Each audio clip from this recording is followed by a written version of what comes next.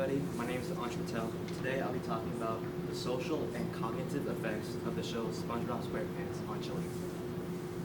So to provide a quick overview, I'll be going over an introduction, I'll get into my literature review, present my methodology, and then present my findings, and then at the end come to a conclusion.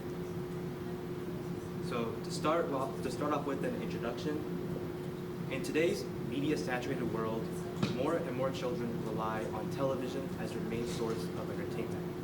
As a matter of fact, around 65% of children under the age of 8 watch television at least once a day. Many of these shows have a significant effect on their cognitive development and social behavior. But before we get on with the presentation, let's start off with some quick definitions. Social behavior is defined as an interaction between two people in which one person's behavior directly affects the other. And cognitive development is defined as the way children develop in acquiring knowledge and understanding.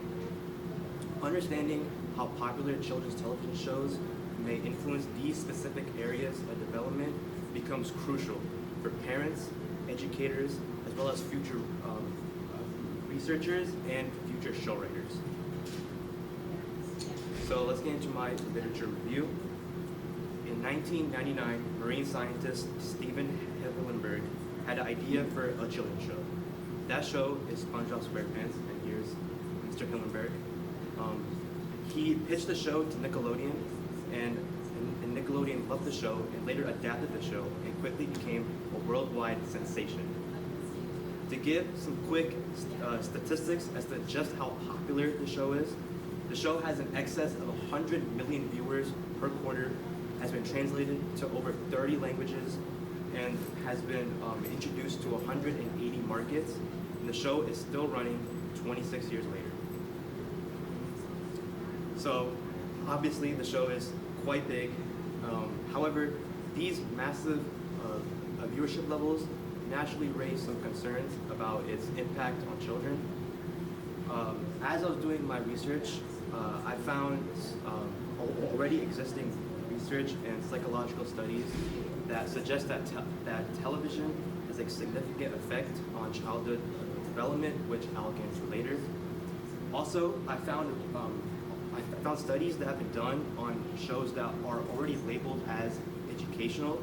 So some examples of that being Sesame Street or Dora the Explorer. However, shows that aren't labeled as educational have not been thoroughly researched, which is the point of this research. So to get into my methodology, I decided to employ a content analysis methodology.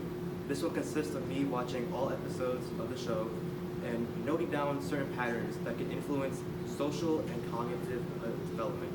Some examples of that include language use, problem-solving skills, and interpersonal interactions, or how we deal with our emotions. I will then take my patterns and then compare them to already established research and psychological studies. To give some more details on the established research, this would include research on children's television shows, as I mentioned previously, like Dora the Explorer, but also just standard research on childhood development. Also, for psychological studies, these studies deal with childhood development. An example of that is Jean Piaget's theory of cognitive development, which I'll get into later.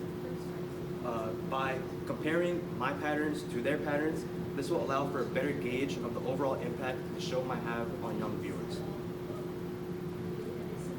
To get into a quick hypothesis, this hypothesis was developed before I did any findings or any research, and I used prior knowledge, and my hypothesis was that the show would be an overall net positive for the development of children due to its positive themes. And again, this was done before any research or thorough findings.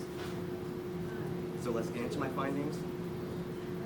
So to start off with Jean Piaget's theory of cognitive development, Jean Piaget is a Swiss psychologist, and in his theory, he suggests that children progress through 4 distinct stages of cognitive development. This would include the sensory motor stage, the pre-operational stage, the concrete operational stage, and the formal operational stage. So let's start with the pre-operational stage, which is defined as ages 2 to 7. At this stage, children rely heavily on imagination and struggle with logic and understanding others. The impact of this is watching a show like SpongeBob at this stage may lead to more imaginative thinking, but it may also lead to difficulties in grasping things like sarcasm, irony, humor, and overall abstract ideas. One particular example I'd like to highlight in particular is Season 1, Episode 9, titled Opposite Day. Young viewers may take words too literally, much like SpongeBob in this episode when Squidward tells them that they must act opposite. This could create confusion, or it could help children recognize more complex language patterns. And to move on to the concrete operational stage, which is defined as ages 7 through 11, children begin to understand logical relationships, cause and effect relationships, and perspective taking at this stage. The overall impact of this is that since these older children may recognize the deeper themes and deeper scenarios, they can apply these scenarios to their own lives and develop their overall critical thinking. A great example I would like to highlight is Season 1, Episode 4, titled Boating School. In this episode, SpongeBob faces test anxiety as he prepares to get his boating license. Children can relate to his academic struggles, and this episode demonstrates how stress can interfere with performance. And again, they can relate to this episode and apply it to their own lives and get more in tune with their emotions and develop their emotional intelligence. And something that I noticed throughout the entire show was that the show features a lot of rapid scene changes, exaggerated humor that could lead to overstimulation in many young viewers. The impact of this is overstimulation may lead to an overall development of short attention spans. And one example I would like to highlight is Season 3, Episode 4, titled Just One Bite.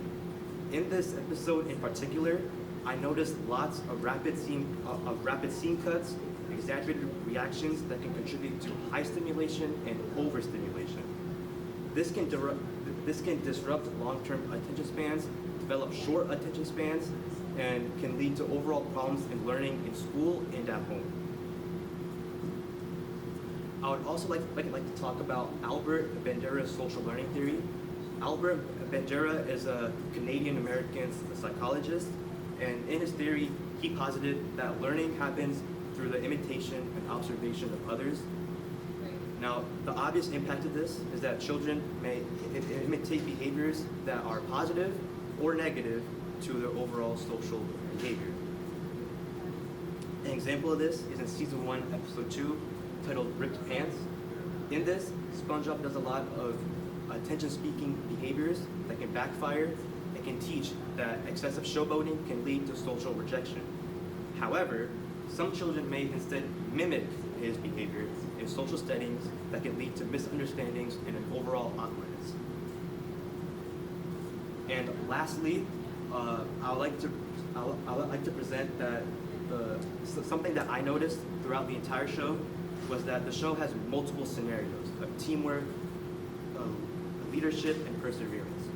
One great example I'd like to highlight is Season 2, Episode 15, titled Band Geeks. And in this episode, Squidward attempts to lead an incompetent group of people as a band. And this episode highlighted the challenges of teamwork and demonstrated the importance of perseverance and working together even when facing difficulties. So, to recap, I found that the show encourages imagination and creativity, and in some cases develops imagination and creativity. It introduces certain social lessons about friendship, teamwork, and perseverance, which are all critical to overall childhood development.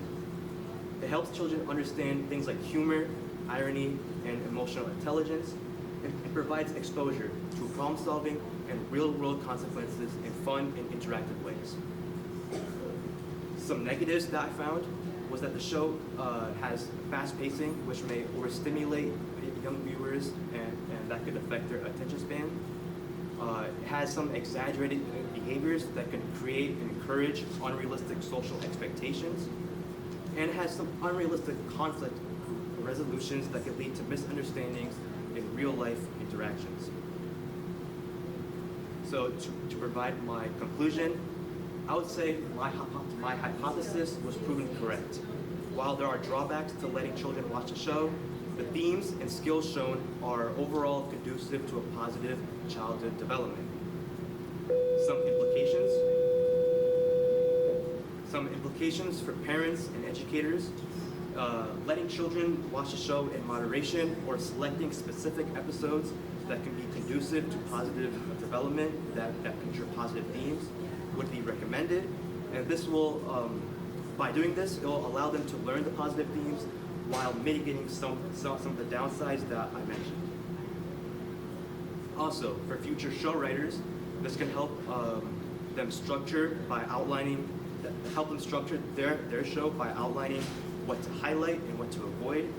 It can also inspire future studies about the role of media in attention spans, imagination, and empathy, not just for children, but for adults as well. Here's my works cited, and thank you for listening. Okay. What was the most important source of information you found while conducting your research for your background and understanding of the topic? And why was it important to your research process? The most important source was a source from Oklahoma State University that talked about the theory of cognitive development. In it, they used his own writings and findings, but also provided an analysis. And this was really important because it gave me like an overview as to what exactly can be affected, and it overall shaped my research by helping me outline what to observe and what to avoid when coming to my research. Thank you. What additional questions emerged during your research, and based upon your recent experience, what advice would you give to other researchers who might choose to look into those questions?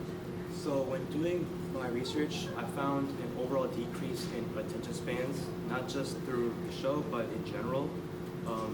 As we know, kind of short form content like TikTok is very popular, and I would like to I questioned as to how exactly that might affect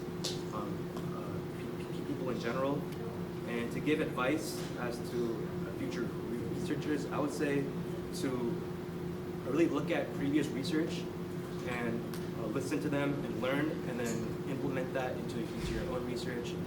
And yeah, that's what I think. Okay. What unanticipated turn did you encounter as your research progressed? What were the reasons for this change in direction, and how did you modify your method? So something unexpected was finding sources about like Dora the Explorer and educational labeled television shows. Because at first I wanted to do like a survey because that's what most people were doing, but in these studies they did a content analysis, and after reading their studies and looking through them, I noticed that a content analysis would be more beneficial and more efficient for this style of research. So I decided to end up going with that. I have a question. In your background research on other shows, and also you mentioned that young adults and adults watch SpongeBob. Did you find that grown-ups watching with their children and the discussions they have affect the outcomes at all? Or was that did you not find anything about that? Wait, can you? Yeah. And I'll make it personal. My sons and I watched SpongeBob from when it started, and we still watch SpongeBob together. Okay? So we've often had conversations about the things that go on. The ability to entertain a grown-up while they're watching something that their kids can also watch and have conversations about those developmental themes is priceless. Did you find any data or research on that? personally, I couldn't find anything, but I would assume that it would have some kind of effect because you're talking to a more mature person as a child, and that can I feel like that can impact their development. I think that'd be a great case for research in the future too. Yeah. I saw an audience member. Did you pick SpongeBob solely because of like the themes within the show, or did you pick it just because you had a personal connection? I would say a little bit of personal connection, but overall, it is the most popular show that isn't labeled as educational. So, that's kind of the reason why I ended up choosing. Most important question: who lives in a pineapple under the sea? SpongeBob. No, nice job. What age group would you recommend? Like, because a lot of these cartoons and things have adult themes. What age group would you say would best learn the lessons that are taught by SpongeBob? I would say the concrete operational stage, which happens from ages like 7 to 11. I feel like though at that age, children can recognize those themes and they can apply that to their own lives. I feel like that would overall lead to a more positive development for the child. Thank you. Thank you.